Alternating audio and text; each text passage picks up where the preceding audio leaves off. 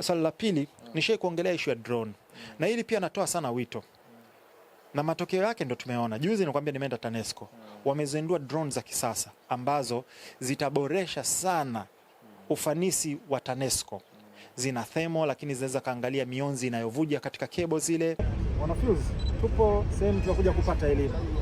Naomba samahani nitambulishe jina na mimi naitwa Abia Kitomani. Hii inaitwa thermal camera. Okay. Hii inatumika kwa ajili ya kuangalia hotspot kwenye joto. Yes. Joto ambalo si la kawaida. Kwa maana ya unapotazama pale kwa kutumia kifaa hiki kwa macho ya kawaida huwezi kuona, lakini kwa kutumia kamera hii unaweza ukaona na ukaweza kuangalia sehemu ambayo ina hot point zaidi, kwa sababu ya kufanya shadow kwa ajili ya kufanya preventive maintenance. Hii inatusaidia ni kabla ya tatizo halijawa kubwa, tunaweza tukaliona. Hizi ziko, hii inaitwa corona camera. Corona camera. Yes. Okay. Hii inatumika kwa ajili ya kucheck corona discharge. Corona discharge ambayo ni nini? Hii corona discharge ni ambazo zinakuwa si za kawaida kwenye power lines. Zile discharge ambazo si za kawaida ambazo zinaweza zikawa zinasababishwa na contamination au kwa mfano ni kama ni insulator ambayo imekuwa damage ama ni contact. Kwa hiyo hizi zinatumika kwa ajili ya kustambua ambapo ambayo macho ya kawaida huwezi kaona. Hii pia ni model tofauti lakini ni corona camera. Sasa hii ni corona camera lakini yenyewe pia inafanya kazi mbili kwa pamoja. Okay. Hii inafanya kazi ya kwa maana ya corona pamoja na kupima thermal. Thermal. Aha. Kwa hiyo hii ni combination ya hizi na hizi. Okay. Ile ni single inapima thermal peke yake. Hii ni corona peke yake, hii ni corona peke yake. Lakini hii ina combine both thermal pamoja, yes, pamoja na corona. Hii ndio kama hii. Hii ndio kama hii. Kwa hiyo kama mhandisi, hizi zinakusaidiaje? Let's say kabla hamjawa na hivi vifaa, kazi zenu zilikuwaje? Na sasa hivi mna hivi vifaa, kazi yenu inabadilikaje? Kabla hatujawa na hivi vifaa, ilikuwa ni vigumu sana kuweza kutambua tatizo ambalo limetokea. Okay. Kwa sababu kwa macho ya kawaida ni ngumu kuona. Lakini kwa kutumia hivi vifaa tunaweza tukaona, tukadetect kwa haraka, then tukaweza zinazohitajika. Yes, kabla tatizo kubwa halijatokea. Kwa maana zamani let's say kama thermal either muende manual na unakuta let's say hapa kote ni vifaa, ni ngumu kwa identify wapi ambapo kuna extra bit. Bana, hongereni sana. Watanzania, shirika letu linajitahidi sana kuboresha kazi na hivi vitu. Najua mnadhani vikija tu wanaanza kutumia, kuna training ambayo inatakiwa ifanyike pale, kuna mawasiliano, kuna maintenance, kuna vitu kama hivyo. Kwa hiyo wenye maua wapewe maua yao. Umeona zilikuwa kadhaa tumeziona pale na tukaongelea vitu kadhaa. Mfano sasa hivi wana smart meter ambayo sasa hivi wewe ukiingiza luku inabidi uchukue namba uende kaingize. Wana smart meter ambazo wewe ukinunua inaingia moja kwa moja. Okay. Yes. Yani inaenda ambayo nzuri sana zimekuja sana na watu washaanza kufungiwa. Yani kama tunakasalia hivi. Kwisha. Yani unajiunga bando ni juu kwa juu. Yes. Kama wifi tunavolipia. Yes, ni smart meter. Alafu pia zinaonyesha pia matumizi yake, ziko accurate zaidi, umeona? Na watu washaanza kufungiwa. Ni rollout ambayo inaendelea. Unajua shida serikali yetu ni kitu kimoja. Nadhani upande wa PR kuelezea mambo ambayo yanayafanya, kuna mengi ambayo yanafanyika lakini raia hawajui. Umeona? Na mimi TANESCO naielewa kwa sababu nimesomea umeme, nimekaa darasani mwaka mzima. Tanga nikatoka huko kwa sababu ya kusoma electrical installation na vyeti vyangu viwili, alafu nikatoka nikaja electronics hapa VETA Chang'ombe. Kwa hiyo najua the procedure na vitu ambavyo vinafanyika. Kwa hiyo wanafanya kazi nzuri sana lakini jinsi ya kufikisha hizi kwa raia, alafu nilipata nafasi ya kuongea na mkurugenzi. Very smart guy, open, na yeye ndo ameintroduce ili swala la drones. TANESCO wana develop AI yao wenyewe, artificial intelligence, ambayo itarahisisha sana monitoring ya huduma za TANESCO. Kwanza hongera sana. Asante. Kwa sisi watu ambao tunafuatilia teknolojia huwa tunatamani nchi zetu pia ziende na wakati. Kwa hiyo nimefurahi kuona kwamba mnaenda na AI na kwamba sio tumeachwa nyuma. Cha pili, kitu ambacho kimenimpress ni kwamba mmesema mna uwezo wa kugundua sehemu gani ambayo ina tatizo, ambayo ni automation hiyo. Lakini pia incorporate vitu kama drones ambayo inasaidia sana kwenye upande wa surveillance pamoja na sasa kwa raia wa kawaida ambaye hafahamu, yani hichi tulichokiona leo kina impact vipi, kinamrahisishia vipi maisha yake, ili raia wa kawaida ambaye hajui complication hizi technology ambazo zipo inamrahisishia vipi? Sawa. Maisha yanakuwa marahisi kwa mteja wetu. Sisi tuna usemi wetu mmoja, tunasema Watanzania wanataka umeme. Huko behind the scene tunaweza tukafanya mambo mengi na maelezo yetu yakawa mengi, lakini mwisho wa siku mtu anataka akifika nyumbani au akiwa ofisini kwake anapohitaji umeme aupate. Kwa hizi harakati zote tunazozifanya, lengo letu ni kupunguza muda tunaokuwa na makatizo ya umeme ili kufanya matengenezo yetu. Na tutapunguza kwa mfano, hizi kamera hizi zina uwezo mpaka wa kugundua vitu vidogo sana ambavyo kwa macho huwezi kugundua. Kwa mfano, unaweza ukatembea hapa, mainjinia wanaweza wakapanda, hata wakapanda na ngazi, kuna vitu unaweza usivione.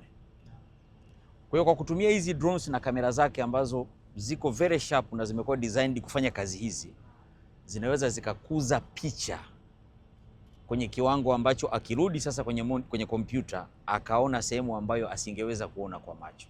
Akishaiona ile damage ambayo itakuja kutokea baada ya muda fulani, ina maana yeye atawahi kwenda kutengeneza kabla ile kitu haijawa kubwa na kusababisha umeme ukatike. Hiyo ndio faida kwa mteja, kwamba ukatikaji wa umeme ule ambao wanauona utapungua kwa kiasi fulani, kwa sababu ziko changamoto tutazigundua, kwa sababu hizi mashine tutazitumia kukagua, hatuzitumia tu kwenda kutuangalia tatizo ambalo limetokea. Kwa hiyo kwenye kukagua tutajua bwana, fida fulani ina dalili mbaya. Kwa hiyo mainjinia kwenye mpango wao utapanga kesho yake, jioni yake wataenda kurekebisha pale. Wewe mteja wangu utajua kwamba kuna eneo langu karibu na nyumbani kwangu kulikuwa kuna changamoto. Kwa sasa, kabla kuna maeneo tunaweza tusiyaone, tukayagundua baada ya wewe kutupigia simu kwamba nyumbani, ofisini au kwenye mtaa wenu nyumba 6 hazina umeme. Nimekujibu DJ? Asante. Mimi nimesomea umeme. Asante. Nafundishwa kuna aina mbili za maintenance. Ndio. Kuna ambapo tatizo likitokea mnaenda kufix, lakini kuna inspection ambacho ndio kinachofanyika kabisa. Kwa hiyo ni kitu ambacho kitaongeza kwa efficiency. Itatusaidia sana. Kwa hiyo nimefarijika sana kwamba kuna vitu ambavyo vinafanyika behind the scene, kazi nzuri sana ambazo zinafanyika, na kuna watu najua negative people wataanza kuongelea sijalipwa hata shilingi moja na TANESCO, sijalipwa chochote kwa sababu ile. Ila sehemu ambayo watu wanastahili maua tuwape maua yao, umeelewa? Kwa hiyo kuna kazi nzuri ambayo inafanyika. Sasa kwa nini nimeongelea hii? Kwa sababu unaona hizo drones zinahitaji mapilot. Ndio maana nikatoa wito kwa mawaziri wetu ili swala la drones waliangalie. Unakumbuka last time niliongea na nikakwambia serikali yetu sikivu.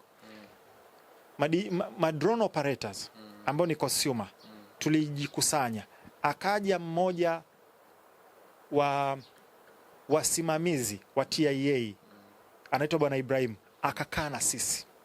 Nikamwambia serikali inasikiliza. Tulikaa naye, tulikutana naye Sinza.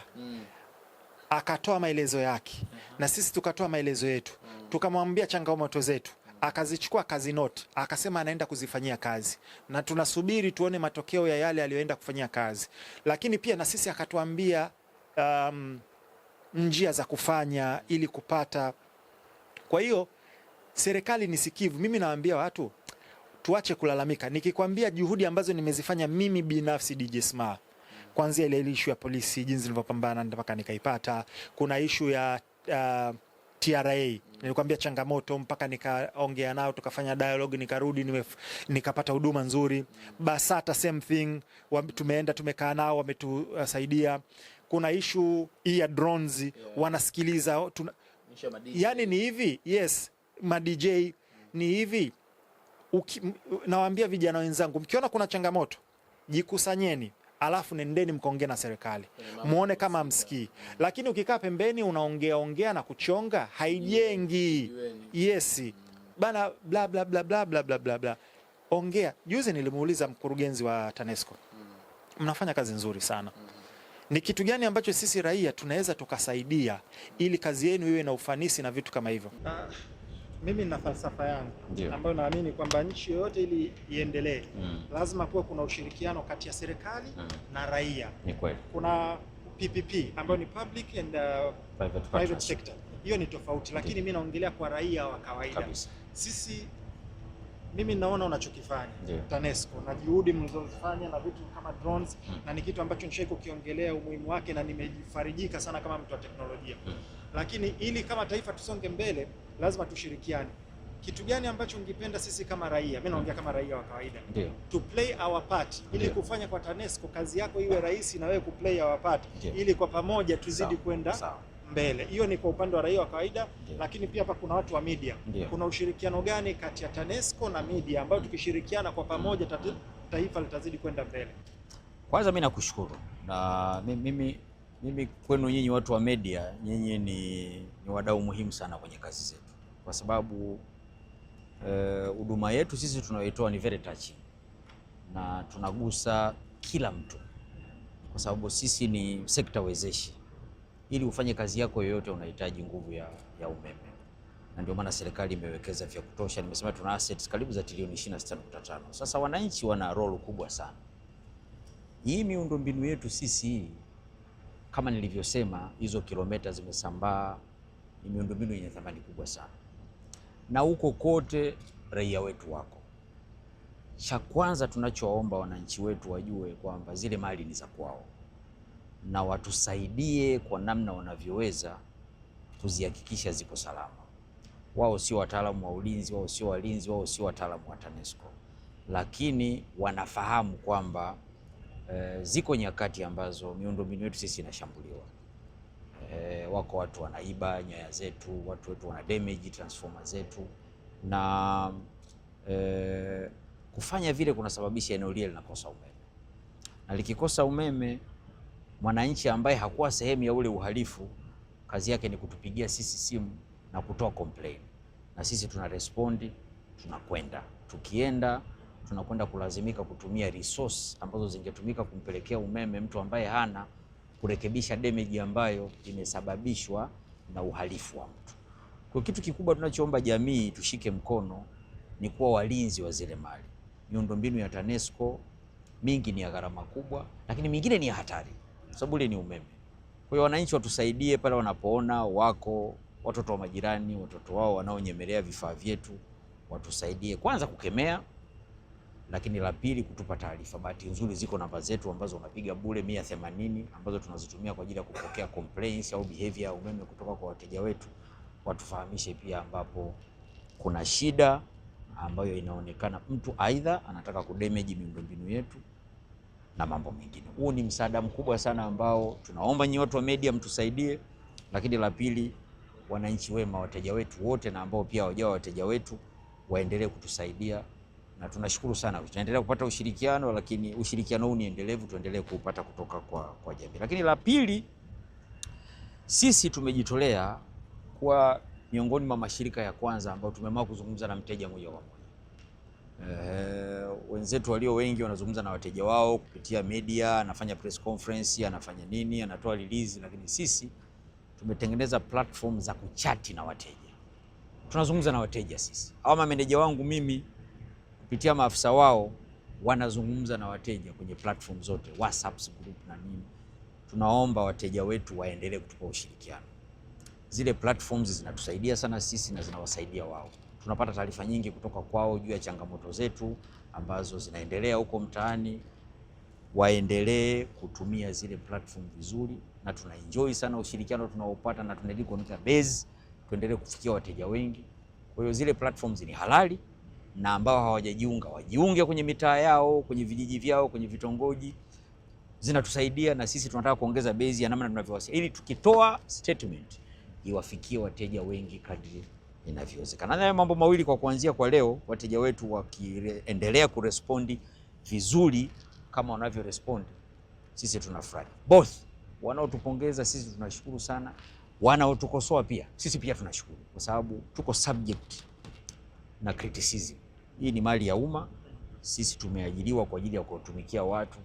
Kwa hiyo kama mtu haridhishwi anapozungumza, ajisikie huru kabisa, mradi azungumze kitu ambacho ni cha kweli, na sisi tunapokea na immediate tuna respond, kwa sababu kwanza anapokuwa labda hapati umeme, sisi tuna lose revenue. Sisi ni wafanya biashara, kwa hiyo tuna lose revenue. Kwa hiyo kwetu sisi ni masikitiko makubwa sana tunapokuwa tumhudumii mteja wetu ipasavyo. Kwa hiyo mambo haya matatu Sma, wateja wetu na wananchi wote wakitunga mkono kama wanavyoendelea kutunga mkono, kwetu sisi ni fahari na heshima moja kubwa sana.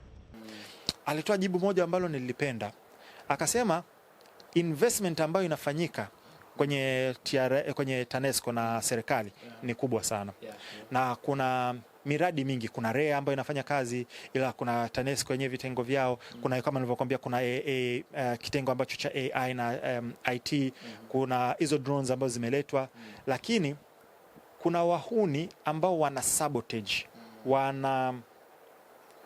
wanahujumu miundombinu. Anasema sisi tuwasaidie kwa kutoa taarifa, umeona? Yaani kwa hiyo kama raia ukikuta wale vishoka, mtu kapanda kaenda anaiba waya, umeona? Anaiba nguzo, sehemu anaenda changanya mita isisome, tutoe taarifa, kwa sababu kasema kitu kimoja. Unajua unaweza kadhani ile hainiathiri. Anasema anapotokea mtu kaenda, mfano kama kuna kipindi watu wanaiba mafuta transformer. Umeshakusikia hizo taarifa? Ile transformer ikiungua, ikibutuka, inatuathiri sisi sote.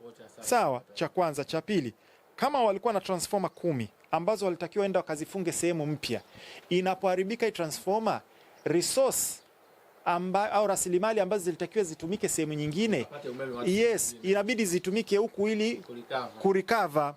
Kwa hiyo na sisi tutoe ushirikiano wetu kuwa wa raia wema, na nadhani kwenye hilo na niwashauri kitu kimoja kwamba of course siku hizi wana WhatsApp jinsi ya kuchat, lakini sio kila mtu ana nani.